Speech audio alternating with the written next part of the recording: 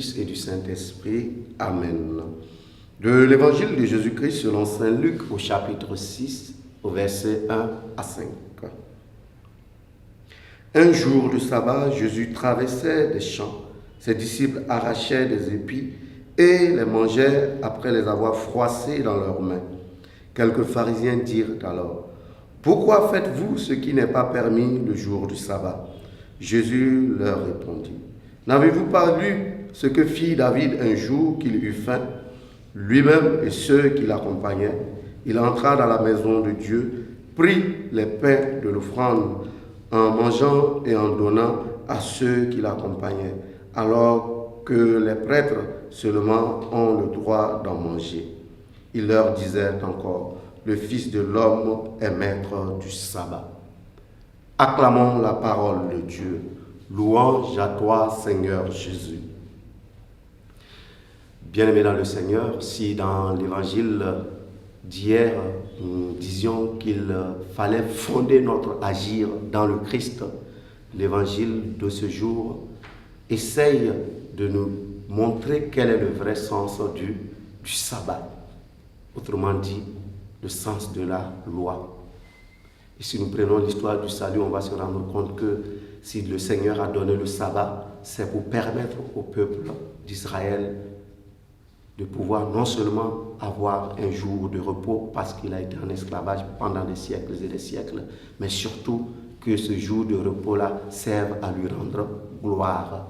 Donc le sabbat, ce n'est pas un jour de repos pour de repos, mais c'est un jour de repos qui doit nous aider à honorer Dieu, qui doit nous aider à rendre gloire à Dieu.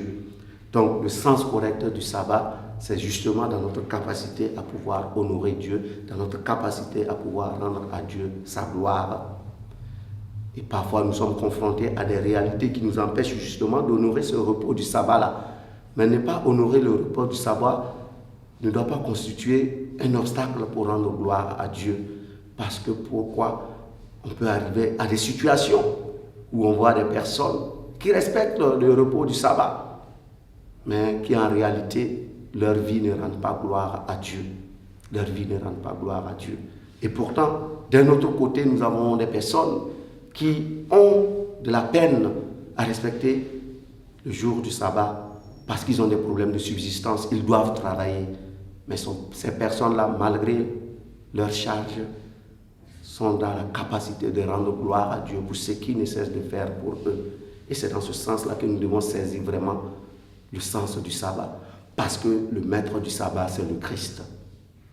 Le maître du sabbat, c'est le Christ. Et il nous fait prendre conscience qu'il n'y a que lui qui soit au-dessus de la loi. Il n'y a que lui qui puisse nous aider justement à vivre sans nous attacher à ce